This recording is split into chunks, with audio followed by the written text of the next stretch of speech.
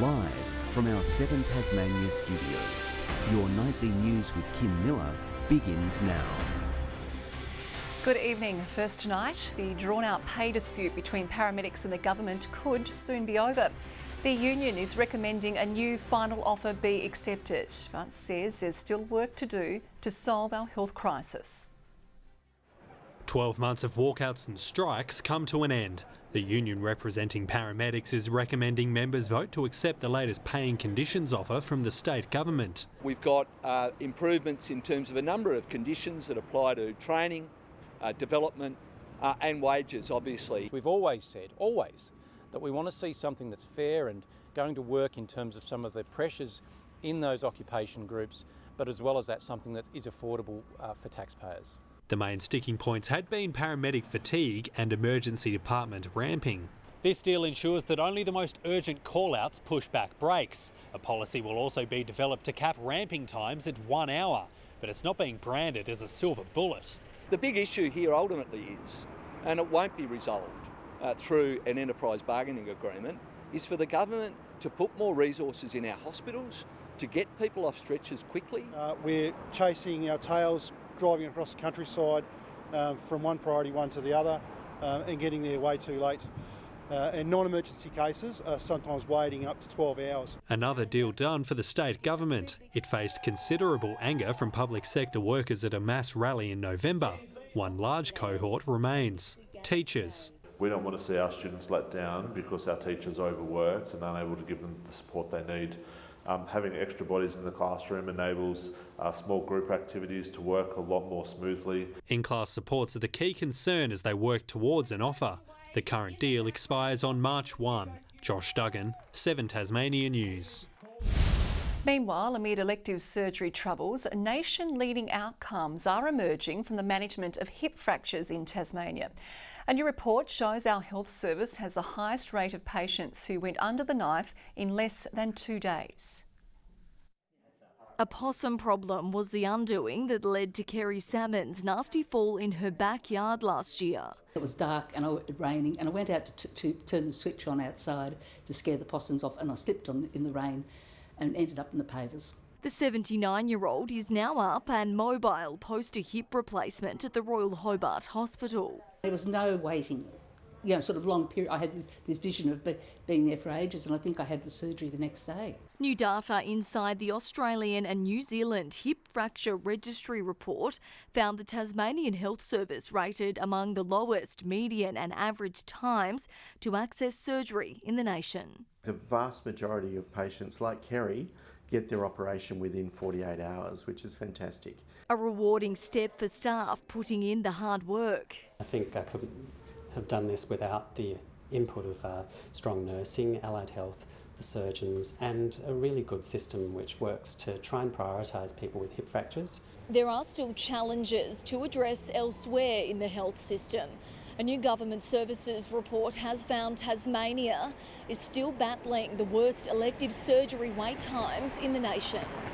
We need to focus on the patient. It's not just about the numbers, it's about improving the outcomes for patients. The fresh statistics also pointing to the primary healthcare breakdown, with more people in Tasmania delaying GP appointments than any other state. And one of the things that the government could do is employ more permanent employees across our health system. Grace Evans, 7 Tasmania News. Victim survivors are gathering in Launceston tonight to coincide with the funeral of Cardinal Pell. A handful of supporters have braved the wet weather, tying ribbons to represent Tasmanian survivors of child sexual abuse, symbolising the path to justice. This might be a very difficult day for victims and survivors and their families around the country, and I just wanted to do something that would show that the community is thinking about victims and survivors today and really demonstrating support and solidarity for them. Keeping the work of the Commission of Inquiry and wider issues of child safety in the public consciousness, the group held a minute of reflection to show their support to the community. As students start to trickle back to the classroom, drivers are being reminded to slow down in school zones. Through the Love 40 campaign, now in its 5th year, the state government and Tasmania Police are urging motorists to follow the road rules. Taking a tough love approach to keep Tasmanian students safe. To keep our kids safe in school zones and around school buses, please drive under 40. The Love 40 campaign has launched for another year, reminding motorists to slow down in school zones. We love our kids. We'll be tough on drivers who do the wrong thing. You will be caught. Looking after our children is a community responsibility, and they are precious and loved, and they are our future. Please, please take care as we return back to school. Since the campaign started 5 years ago, no fatalities around schools have been recorded. This is really important to us as we focus on the safety, in particular, of our precious young Tasmanians. With all students back hitting the books next week, motorists can expect speed cameras to be rolled out near school zones to nab drivers doing the wrong thing. These limits are there for a reason. It's against the law to travel faster than 40. It's against the law to drive unsafely in school zones. Police will be out in force. Our new speed cameras will be out in force. Fines range from $91 to $1,041 if you are caught speeding. If you are caught speeding, you will be fined. Urging drivers to take extra care. We've got to focus on road safety. We had a horror year last year.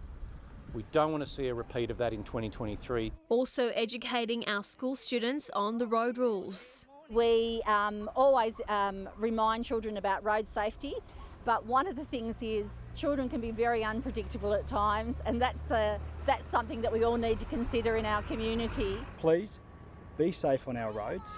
These measures are in place to protect our community and to prevent tragedy on our roadways. The overall takeaway: what's the maximum speed limit around schools? 40. Well done. McKenna Bailey, 7 Tasmania News.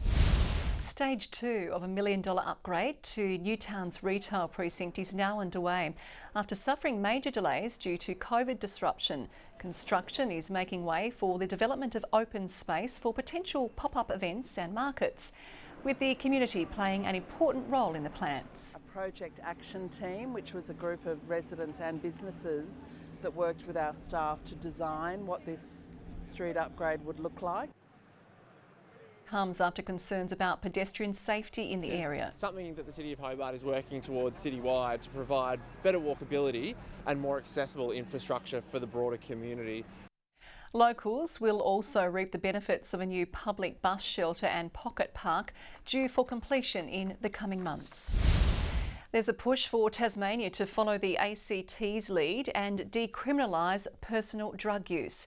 The Greens are looking to introduce a bill which would allow use of some drugs, such as cannabis, cocaine and amphetamines, up to certain limits. Most production and trafficking offences would remain in place. What it will do is it will free up resources to deal with the people who are trafficking and manufacturing drugs and causing the real harm. If it becomes problematic drug use, these people need a health intervention approach. They need support and assistance, not a criminal record. The Deputy Treasurer says the government would not support the bill. Well, to some developing news now, and there are major delays heading into Hobart, with a crash on the southern outlet bringing traffic to a standstill. Meanwhile, in Launceston, 5 vehicles are involved in a crash in that city's southern outlet. Police and emergency services are currently on the scene, but there are no serious injuries. The crash happened just after 5:30. One lane is blocked, but traffic is still flowing. 2 fresh recruits are set to join the furry ranks at Guide Dogs Tasmania as the organisation officially welcomes newcomers Digby and Dora. In a first for the program, the pups were born right here in Tasmania, with a big journey now ahead of them to ensure they're fit for life on the job. The training journey is 6 months with one of our guide dog trainers, where they learn the skills for either guide or autism assistance dog work, and then they will be supporting a Tasmanian in need. The organisation is also on the lookout for more puppy development volunteers to open their hearts and homes.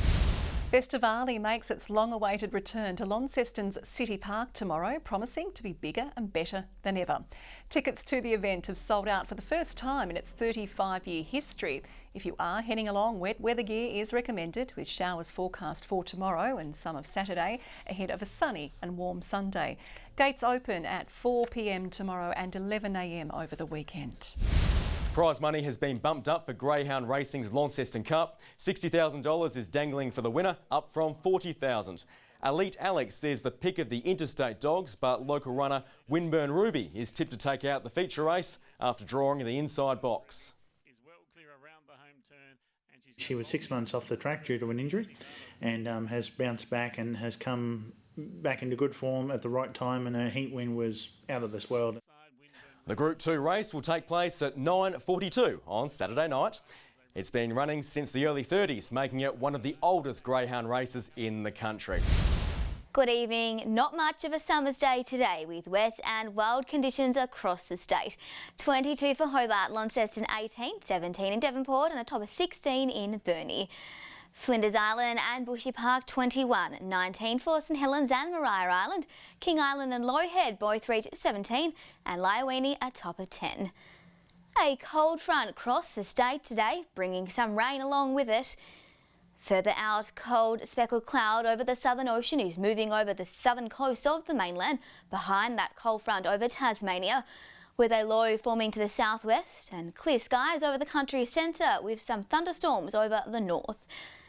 Tomorrow, a low lingering to the south of the state will extend to a trough over the southeast, and a high to the west is expected to enter the bight and strengthen into a ridge over central parts of the country, and a trough over the far north is bringing some heatwave conditions.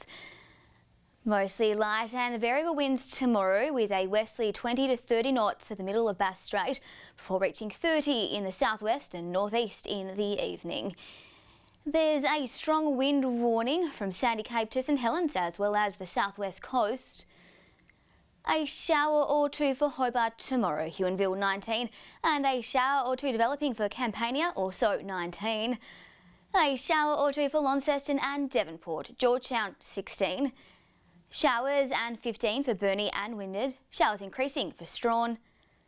St Helens and Swansea 21, and a possible late shower for Port Arthur. And tomorrow's UV sits at 8 across the state. Showers for most districts on Saturday, less likely about the north. Sunday, light showers about the west and southwest, fine elsewhere. And more showers about the west and far south on Monday, fine elsewhere, after patches of morning fog. To tomorrow's weather now, 34 in Brisbane, Melbourne a shower or two, 19 in Adelaide and 33 in Broome. And right now in Hobart it's 14, a little bit of drizzle for Launceston, also drizzle for Devonport and 13. And Kim, hopefully summer makes a return soon. I'm with you on that. Thank you very much, Victoria. And that wraps up tonight's bulletin. If you're out and about, take care in the wet conditions. For now, on behalf of the team, it's good night.